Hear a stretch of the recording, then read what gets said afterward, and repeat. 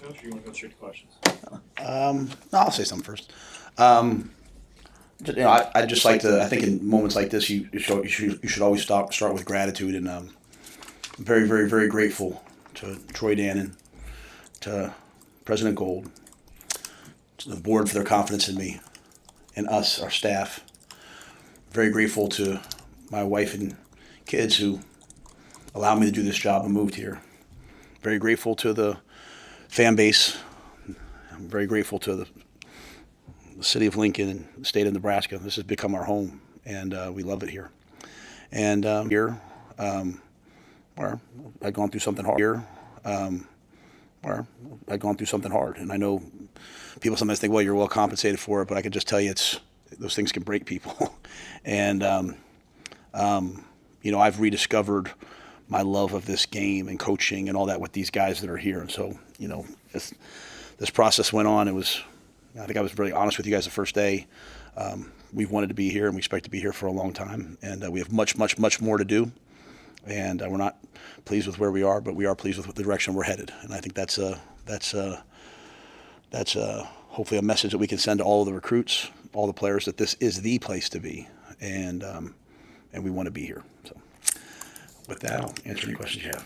I saw you had a quote about alignment here. Just how big a deal is that? Just the alignment you feel is in place at the university? I don't think you can do anything without great alignment. And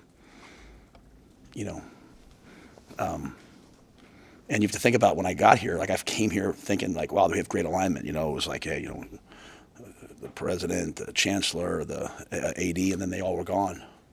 And, the great thing about this for me is, when you're a head coach and they bring in another athletic director, he didn't hire you. And so for Troy to come to me with this, I think he started talking to me like at week 3 and really maybe just say, hey, let's talk about this. Let you know that you're his coach, and the same way with Dr. Gold. I mean, lots of people, they're there for those good moments. After we lost to Minnesota, Dr. Gold, as I'm walking off the field, runs up to me, shakes my hand, and says, he came in the locker room. I mean, you don't find that very many places. And so for me, I know everyone wants to win, but usually people have different ideas of how to do it, and everyone wants to win until it gets really hard, and then people have a tendency to back away. And what we have here is we have people that are willing to do the hard things and invest. I think from the very first day I got here, it was like, hey, I know the optics are going to be, why are you hiring this many people? Why are you doing this? Why are you doing that? But you can't live in optics. I mean, you have to live in, hey, this is, college football's changing, and this has been do or die time for universities. And the alignment we have and the willingness to invest in the program, to invest in the facilities. And I think you're seeing a great time in the Husker athletics. Like, I couldn't imagine telling my daughters, like, hey, guess what? We're not going to go to the Husker women's volleyball games because we're going to take another. Like, they would have been like, what? That we told them last night, like, hey, it wasn't signed till some people put some things out yesterday and it wasn't true. And I was hoping to get to today and have it be done. And my daughter was like, oh, that's cool. Can you get us 4 tickets to the Husker volleyball game on Sunday? Like, just what a unparalleled. I mean, it maybe happened before, but I've never been a part of so much athletic excellence. To see wrestling, I can't wait to watch basketball. I can't wait to baseball and golf. So just to be a small part of that, but that comes from the top. That comes from the board. That comes from the president, and that certainly comes from Troy and his team. I'm sure you might have been a candidate for many jobs in theory, but obviously it's natural that Penn State, when that opened up, you would have been one for that. Was there a moment of just reflection there, and why ultimately do you feel like this is a better job than that job? I won't speak on any other jobs, and just out of respect for everybody else. And all I'll say is, as I said to you guys that one day, this has happened every year where someone's called, right? Like, and so, but this is our home. Like, we love living here. I just can't say that enough, right? Like, I just, at the end of the day, football's football. Like, I'm going to get up and I'm going to get in my car at whatever time in the morning, come in and work, and then drive home. My kids are going to go to school. They're going to be in the community. My wife's going to run her business. My wife's going to be out in the community. And like sometimes Julie goes into the office on Sunday after we beat Northwestern, but she also went in the office in her business on Sunday after Minnesota. And people have just absolutely welcomed us and embraced us. And I mean, my goal is to win enough games here that someday I can retire here and people, are nice to me in the gas station. Who's that guy? Oh, here he is again. No, that's all I've ever wanted. And so I see the peak. Like I go out to practice yesterday, and Coach Darlington. So it was so cold on Tuesday, and everyone's standing watching practice inside the doors. So I said, close the doors. If you want to be at practice, you got to stand outside. I look out there yesterday. It was one of the coldest days I've ever coached, and I coach in shorts every day, right? George Darlington is sitting in a chair outside the closed door. I said, guys, open the door for Coach Darlington, please. But think about the life he's lived, right? And I know he left for a little bit and came back, and so it's just home. And so for me, it wasn't about necessarily even the job. And I'll just tell you, Sam, I've left too many teams. I left too many players, and the players always understood, and they were always grateful to me. I could not leave these guys. I love this team, and I love this group, and I love where we're headed. I love the recruits.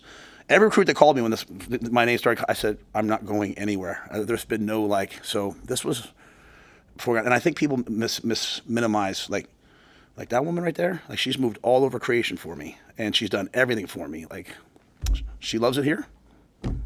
My kids love it here. I love it here. So, what was it about the timing today, this moment, that made it the right time? That's really, Troy and them. I mean, they've been, like I said, I have a representative, and they kind of handle all those things. My thing was, hey, whenever it's done, I want to sign it. I want to do it. I don't want our team being like, I know Coach says he's here, but I don't want I want to send a message to the recruits. I want to send a message to our players. Sometimes people go other places, and then they're like, oh, I can't tell you, coaches that have left have called me and said, gosh, I wish I wouldn't have left. So it's just I wanted to get it over with and done with. And but this didn't start 2 weeks ago. This was they started talking to me about this weeks and weeks and earlier. And from the whole time, it's always been we want to be there. That's it. I want to give this team everything I have and not be distracted with anything else. So when they were able to get it done, we were able to get it done. Matt, a couple weeks ago, you talked about the investment that you want to see from Nebraska. What have you seen since that, and what's your continued hope about investment into the roster or other matters? Yeah, since the day that Troy got here, there's nothing that he hasn't done, and I just think that was an opportunity for me to make sure everybody out there knows, hey, this is the future of college football, and I want us to be just at the forefront. And so it's more philosophical. It's not like they came to me and say, hey, we're going to do this. They've already been doing those. Hey, we're going to do this, and this. I just think I think when you look at our legacy and our history at Nebraska, who we are, that we're the first to do so many things. And so that was an opportunity. This isn't oh, hey, the contract goes to what years? 2032? The chances I'm alive in 2032, honestly. So it's the 2 years I appreciate. This is about the program, and it's about stability, and it's about investing, and so Troy's been amazing. Dr. Gold's been amazing. The board, there's things that have to be done, and these are really, really uncertain times. I'm signing a contract extension today, and I know that there's people that are cold and hungry, right? And so, we understand. We understand how hard some of this is. At the same time, Nebraska football needs stability. They need investment, and they've been doing it nonstop. So I'm grateful. Can you confirm if you have signed or will be signing? I signed this morning. Yep. I literally sat there and just kept hitting refresh on my, because you don't want to sign anymore. You DocuSign. I kept refresh. Did you change your mind? refresh. So.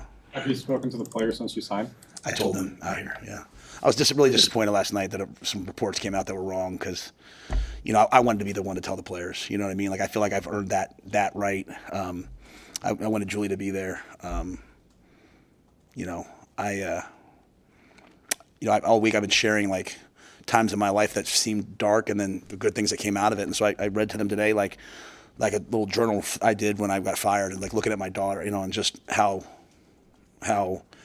in the midst of dark moments, right? If you great moments will come, and so this is a great moment for us, and I wanted to share that with the players, and I'm glad I got to. That they're just a great group. How did they react? Congrats. They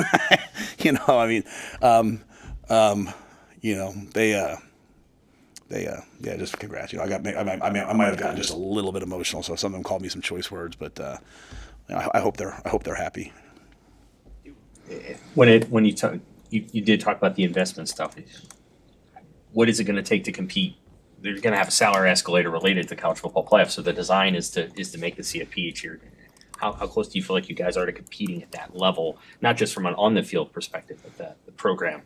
Yeah, I always believe, champions behave like champions before they're champions. They have a winning standard of performance. That's Bill Walsh. And so, like so often, I remember when I was back at Temple and it was like, well, should we build a stadium on campus, not build a stadium on campus? It's like, well, if we can get in the ACC, then we'll build the stadium. Well, you got to do this to do this, right? And so it's hard to invest when like you're in dreary times, right?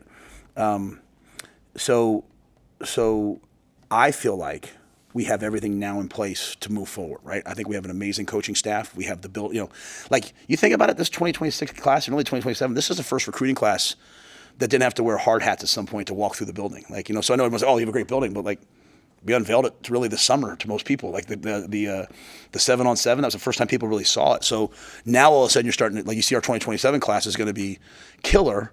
And it's like, yeah, because they've seen this now. They've been raised in it. So I think we're poised to go compete at the highest levels. And the thing is, the market's going to keep changing, Sam. Like everything, the rules are going to change. Everything's going to change. And it's just going to be like, it's my belief in Troy, my belief in his vision and Haven's vision and all the people that I work with, that no matter what as the mark moves, that we'll keep being the ones trying to chase it, not waiting to see how everybody else chases it and then say, okay, let's go do it.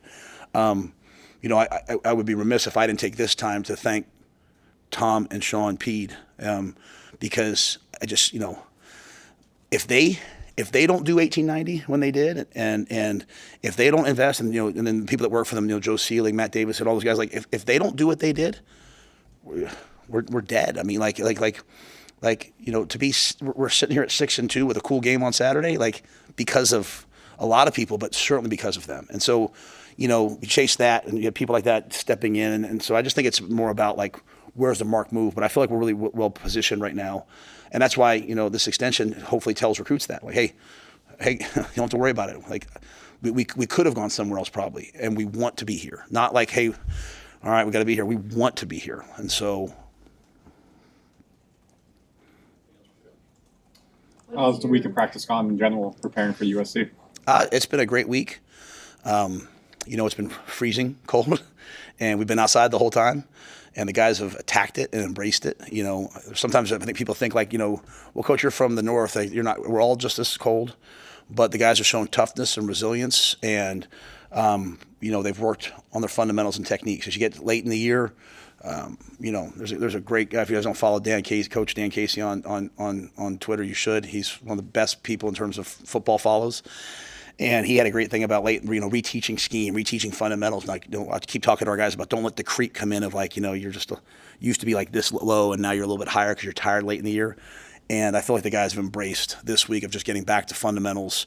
You're playing a team this week coming off a bye, so you're a little banged up. They're fresh. You better be dialed in, and they've been dialed in all week. You touched on it a little bit today, but what is your relationship like with Dr. Gold? My relationship with Dr. Gold has been amazing. I mean, he's always there. He's always supportive. It meant a lot to me that he would be there. Like I said, that it's one thing to be there in the good times, but also be there when you're struggling. Like that's when you really find out about people. And he's been awesome. Troy probably has more day-to-day, obviously, interactions with him, but he's a guy that when I see him, I love being around him. I love being around his wife. I love being around his son and daughter. Like they treat my family great, and but I'll be honest with you, I haven't met a bad person since I've been here in this state. So I've just had an amazing experience. But Dr. Gold's been absolutely awesome. You mentioned being banged up. Are there any specific updates there? And I guess at right tackle, would Corcoran be first up probably? Yeah, Turner will play right tackle this week. Pritchett will play left. Other than that, I think we're healthy. 27 recruiting class and momentum that you're building. I mean, this weekend, what kind of an opportunity is this for kind of continuing that build? Yeah, I mean, and for me, my focus is on 2026s. My focus is on 20. We're still trying to go get some more guys in 26. We're trying to get some 2027s. We're trying to get some 2028s. It's a night game. There'll be all kinds of guys that end up in the portal that watch this. There's going to be kids that are in 7th grade that see this game and say like, oh, you know what? That's a cool place. And so, it's a awesome week to show off everything that we have here. I think it's an awesome week for students in general. Like, you know what I mean? Like, like why would you not come? Why would you not come to the University of Nebraska from wherever you live? It's safe, it's cheap, it's easy living, it's awesome. There's cool things happening on campus. Like, oh, by the way, you can go watch a great football game with 90,000 other people, and then go over and watch an amazing volleyball game if you can get tickets to it. And then I still don't have 4 tickets for Sunday. That's how good they are. Right? I mean, like, I got extension, I got all these things. I don't have 4 tickets for Sunday, and no one send me tickets. I'll get them. I'm just joking. Like, that's how good they are, right? So I mean, so I just think it's a great moment to show off our university. But you better play well too. But I think all the stuff like the crowd and all that stuff, I don't know that people have recognized what it is. Like, I didn't recognize what it was till I got here, and so now it's like, hey, let's show it off. Matt, you talked about it earlier. You also joked that Julie picks were you guys. How critical Was that component that your family was in on this too? Yeah, I'm a father first before I'm a coach, and Bryant. I talk a lot about my wife and my daughters, but my son moved a lot, and it's not like he doesn't have like this huge friend group of guys he all grew up together with, right? He's got a friend here and a friend here and a friend here and a friend here, and so like I'll walk out there on Saturday and my son will be on the sideline working, handing out iPads to guys, and my father will be over there, my wife and daughters, my mom, and we'll be upstairs. It's grateful. It's an amazing moment. So, but yeah, I mean, like, they love it here. I mean, like, they did not. There was not a lot of talk about, hey, what should we do here? Just on the same page. Thank you guys.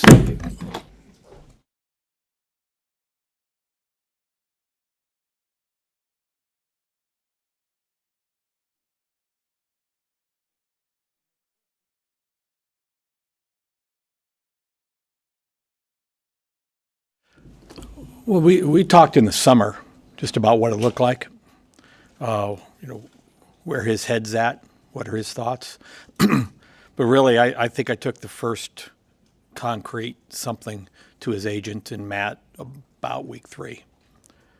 And then you just kind of go back and forth. And then, the market is weird this year, right? There's so many positions that have opened mid-season.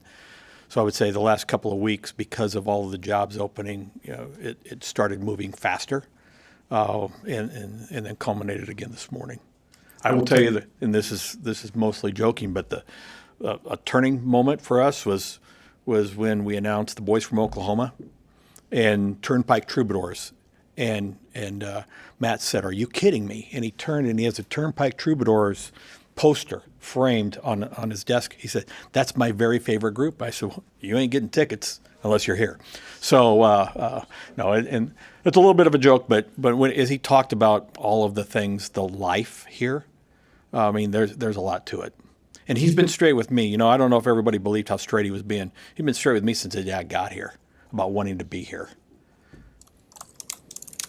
Was it important for you to be proactive with that early in the season before the Penn State job even opened up? 3 rules. Number 1, take care of somebody, compensate them for what you believe they're worth before you have to. So that's why you're proactive.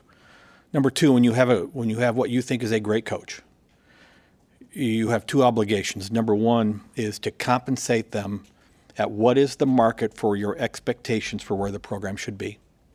And then number 2, put them in a position to succeed.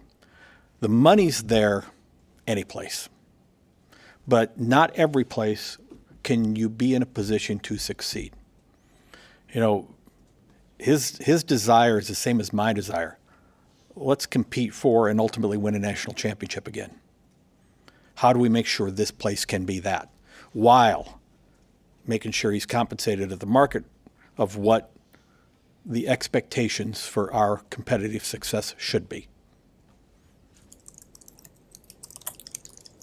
You have a kind of a unique perspective in that you're very close into the program, but you don't have to coach it, so you're able to kind of watch it. And you're also part of the committee, the CFP committee, and so there's an escalator in here tied to the CFP. How do you feel like the team is positioned to compete annually for one of those 12 slots, especially compared to what you're watching every week? We're in a better position than we were last year. and last year was a better position than we were in the year before. And as you assess progress in a program, like we can't, Haven and I sitting back, we talk every week after we can't judge it based on whether we won a game or lost a game and say this is where the program is at because of what happened in that game. It's everything. It's why he's at practice every day and I try to get to practice at least a couple, 3 times a week. It's being in the locker room. It's sitting in some meetings along the way, assessing the program in ways that you don't necessarily see it outside the walls of the Osborne Legacy Complex. And so I know where the program's going, and I'm highly confident in where the program's going to go from here. But we aren't there yet. And we talk about the investments that we're making from a recruitment and retention standpoint. We have to continue to we've made a lot of investments in the last 18 months in staff. We're not done there. We've got to have, you're no better than your weakest link. We got to make sure our weakest link, the floor is really, really high. And so continue to make those improvements. But we're in a whole lot better place, I think, than even what I saw when I got here. And I think the expectations are, I know how we're recruiting. I know how young this roster is, and I know where the players were in day one, and I know where they're at today. All I see is progress. When did you know you could have a really good AD coach relationship with Matt when you got here? I mean, was it right off the jump, or did it? I knew it. Since? When he was at Temple, I took the job at Tulane. Temple, when he got there, was of the 100 at the time 130 programs in FBS, probably would have been 128. When I got to Tulane, it was probably 128. But by the time I got there, he was 2 years ahead at Temple, and I knew. I watched his teams, and that became like for us at Tulane getting that was the aspirant. They proved at Temple that you could take a struggling program in the middle of a city and elevate it. And so I knew him from there. Now, we all talk a lot. One of my very best friends in the world is Pat Kraft. And so there's relationships. Our wives had spent time together. So this wasn't walking into, I wonder what this guy's all about. I had a pretty good fundamental knowledge of who Matt was. And, fortunately, our relationship has grown so much because of the time we're spending together. But I knew who he was and what he was before I ever got the call for this job. You talked about roster investment. How much does a moment like this with an extension bring clarity or momentum toward what that could look like moving forward? I don't think it makes a kid say yes or a kid say no, right? But I do think the one thing people have an expectation of, they want consistency and they want certainty.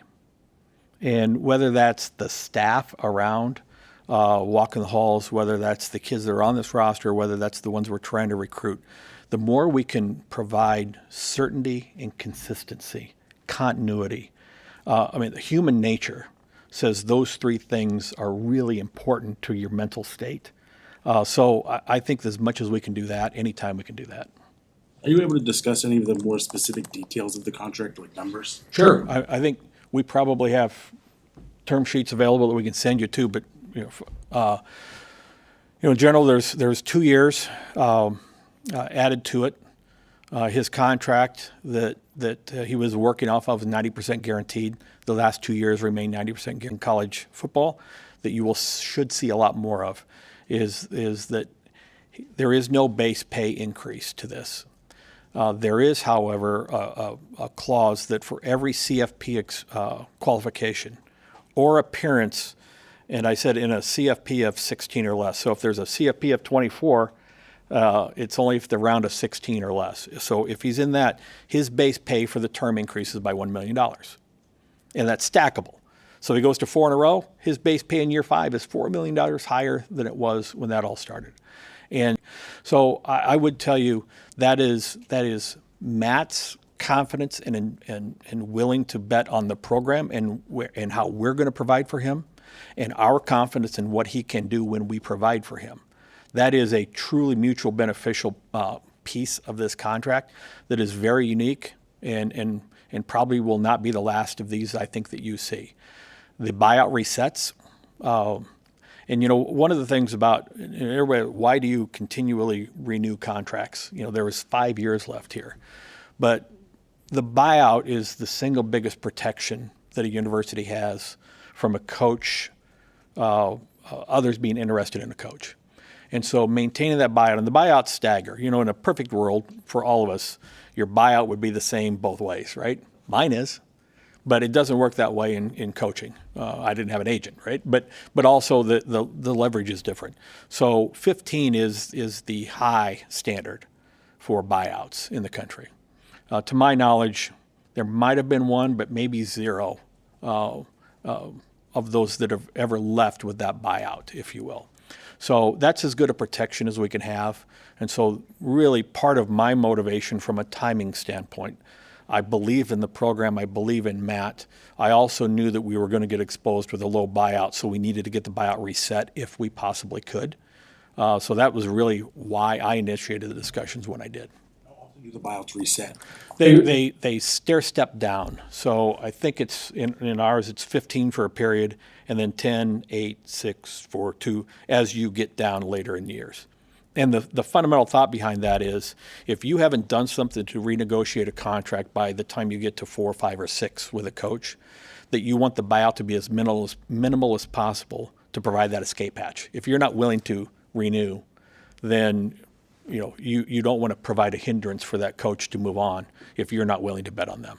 What's the base for the last 2 years? 12.5. So the current contract is last year's base is 12.5. So the last 2 years, there is no increase. So it's 12.5, 12.5. Every year up to that provides for an increase. So again, it's truly one of those where we're all kind of betting on and with each other. His contract from a market and how do you assess a contract based on what you expect for performance against the market? His contract was in a pretty good place from that standpoint. I think we both recognized that. So there was never a discussion about the base. Louisiana's governor went on TV and kind of bashed what buyouts are and how other ADs have done it. Can you just speak more about that? Like, do you guys have conversations at your level about how you work with head coaches and figure out what a buyout would be? There's a fine line between having conversations for best practices and colluding, right? And so, you avoid the collude. Most of these contracts are public. We all have access to services that aggregate those contracts, so we kind of know what everybody's doing. I know what the Big Ten numbers are. So from that standpoint, one of the things that college athletics is really bad at versus the professional sports is we refuse to act as business partners ever. We're competitors in every respect, including what we try to do with contracts. You get to the professional ranks, they're business partners. Now, there's organized labor, so it's probably a different environment. But, in most all we do, we always consider it proprietary and it's some competitive advantage. So other than the records that you all get, that I get, that's my knowledge of what everybody else is doing and the whys. We all have people that have been mentors for us that kind of help explain and guide why this is best practice and why you should do that. Haven and I talk every day about what we're doing and why, so that when he's an athletic director, he's prepared to know what to do and why.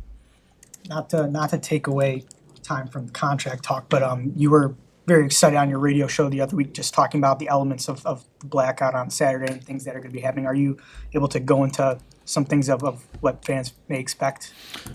Oh, Matt's talked a lot about it. I'd probably go outside and look at what they're doing to the field around 2 o'clock today. You said you got a sense dating back to Tulane about who Matt is, what he's about. Who is he? What is he about that made this warranted?